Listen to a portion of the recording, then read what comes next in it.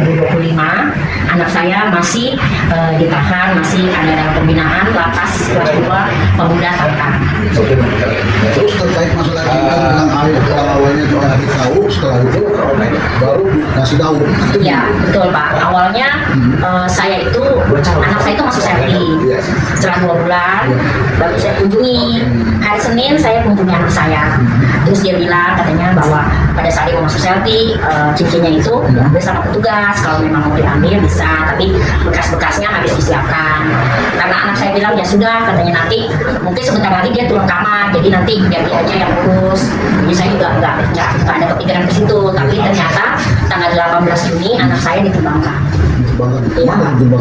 Itu dia masalahnya seperti itu. Pada saat cincin juga saya tanya, petugasnya bilang lagi dicari. Terus nggak lama dia bilang nggak ada Bu. Terus saya bilang loh kok nggak ada? Ya nggak bisa dong. Bagaimana tanggung jawab sebagai pihak lapas? Biasanya kalau sesuatu yang diambil dari warga binaan pasti ada datanya. Saya bilang seperti barang sitaan itu pasti ada namanya. Jadi nggak tebak-tebakan begini. Karena waktu itu dia tunjukkan sama saya satu cincin yang bukan punya anak saya, dan itu bukan emas. Bukan ibu ambil ya? Tidak, ya bukan milik saya, kenapa harus saya ambil? Kan? Terus saya juga sempat bilang, saya bilang Pak, sampai sekarang juga saya tidak tahu keberadaan anak saya sebagai orang tua, sebagai seorang ibu, dan juga neneknya di rumah juga tanya sama saya cucunya di mana. Tapi petugasnya nggak ada niat untuk bantu saya gitu. Cuma dia bilang iya Bu, penerbangan ada di Pekalongan, terus ada di Selawi dan lain-lain. Gitu. Tapi dia tidak tahu, tidak kasih tahu pastinya anak saya ada di mana. Nah setelah itu saya kan minta tolong sama saudara saya yang ada di GWI ya. Terus mereka bantu, mereka datang ke sana, dan itu petugasnya baru bilang bahwa cincin itu ada. Dan dia bilang katanya dia sudah menghubungi saya, padahal tidak. Pada saat anggota GWI datang, dia baru hubungi saya dengan alasan dia bilang, Ibu, handphone Ibu tidak online. Saya bilang, Bapak dari kemarin saya tunggu nih kabar dari Bapak, tapi Bapak tidak kabari saya. Dia bilang, handphone Ibu online, apa nggak online? Saya bilang, saya tidak pernah off, handphone saya selalu online. Saya bilang, gitu kan. Terus akhirnya dia bilang ya Bu siap, ya salah dia bilang. Tapi setelah itu besokannya saya tanya Pak bagaimana nih anak saya keberadaannya di mana. Terus dia bilang ini Bu katanya cincinnya sudah ada ya Pak, nanti saya kan saya udah bilang sama Bapak saya habis kecelakaan, saya nggak bisa jauh Jakarta, Tangerang kan jauh. Waktu saya kesini kan saya bonceng sama anak saya, kondisinya anak saya lagi keluar kota. Jadi kemarin aja saya juga dijemput sama saudara saya dari GWI. Terus dia bilang ya udah Ibu nanti kesini aja. Dia terus suruh saya ke sana, tapi dia nggak kasih tahu sampai sekarang anak saya di mana gitu. Saya bilang ke sana tuh kemana tuh nggak dikasih tahu? ke saat dia bilang harus ke lapas gitu. Tapi kalau buat saya kan saya bilang Pak, saya orang tua, saya punya hak untuk tahu. Ini udah 8 hari loh Pak. Saya nggak tahu kabar anak saya di mana gitu. Sampai sekarang saya bilang mungkin kalau cincin saya bisa nanti kalau memang sudah ada saya bisa ambil, tapi saya minta dulu nih Pak, saya minta tolong kasih tahu anak saya ada di mana, minta surat pemindahannya kan ada, ya saya bisa cek juga keberadaannya di mana. Kan nggak sebetulnya kan nggak harus seperti itu. Kalaupun saya bilang kalau memang ada pemindahan setidaknya ada surat yang dilontarkan ke pihak keluarga atau via telepon seperti itu Pak.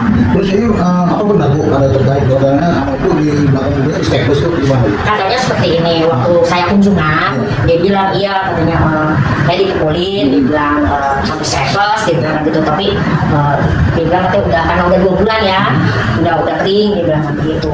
Cuma sebetulnya saya sih nggak terlalu ini karena saya pikir anak saya kalau melakukan pelanggaran jadi harus kena sanksi juga gitu. Tapi setidaknya kalau ini kesempatan untuk saya berbicara sebagai warga binaan itu kan harus dibina Pak gitu. Kalaupun mereka melakukan pelanggaran memang sih mereka salah, tapi mereka kan telah menjalani hukuman mereka. Kalaupun mereka melakukan pelanggaran di dalam itu konsekuensinya nggak seperti itu, nggak fisik Pak, mau jongkok kek, mau diekspor jam 200 sini kek gitu kan, sebetulnya seperti itu.